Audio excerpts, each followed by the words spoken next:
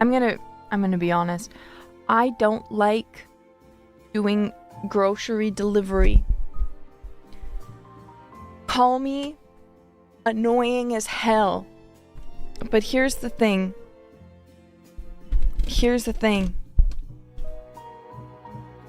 I'm getting in real close. I like to pick my own fruit at the store. I don't want people picking my fruit for me. If I'm going to the store, I want to look at the fruits. I want to pick the ones that are the most delicious looking. That I need to check them to make sure there is no rot. I need to make sure that my eggs aren't broken. You know, if I order groceries, I am left to the whim of someone who is doing this for work. They don't know me. They don't care about me. They're not gonna recognize like any. They're just gonna be like, oh yeah, I got an order. Okay, time to go. And they're gonna pick whatever's on top.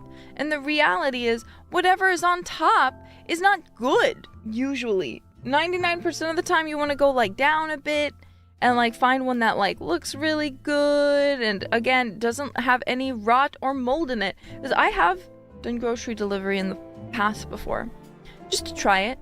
And the reality is, every time I get the most pathetic looking vegetables and fruits. And when that's the majority of what I enjoy to eat, for snacks and stuff especially, it just makes me want to have popcorn instead. Because the popcorn will not look like that.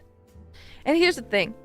I don't care if it's fucked up. It can be the most fucked up looking strawberries, it doesn't matter. It can be a fucked up looking fruit.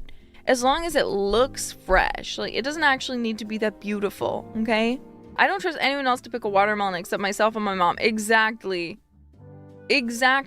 I'm so specific about my watermelons too. I can't imagine ordering a watermelon and letting someone else go to the store and pick that watermelon for me. Because they're gonna get me one of the oblong ones that is like, first off, a boy watermelon, which is going to be very, very watery and not very sweet. Not compared to the really round girl watermelons. Which, yes, watermelons apparently do have gender. So when you're looking for a watermelon, what you want to look for is you don't want the oblong ones that are kind of ovular. You want the really, really circular ones. They'll be sweeter, but you also want to look at them on the bottom. You know that little like the mark where it was like sitting on the ground? How it can be like really pale or it can be like really, really yellow. You want to find one that's really yellow. It'll mean that it's going to be sweeter and better. You gotta look for the yellow patch. If it's pale, if there's like no patch there, don't get it. And that's how you know it's going to be tasty. If it has at least those two things, you already know more about picking watermelons than you did before, and your watermelons will be so much more delicious. Don't they have the square ones? The square ones, I feel like people overinflate the square ones. Because, you know, you watch those, like, videos that's like, Japan's living in the future. And they talk about, like, something that only happens in, like, one specific place in Tokyo, or is, like, one specific thing that, like, is not really a thing around the rest of Japan. Because I see those a lot.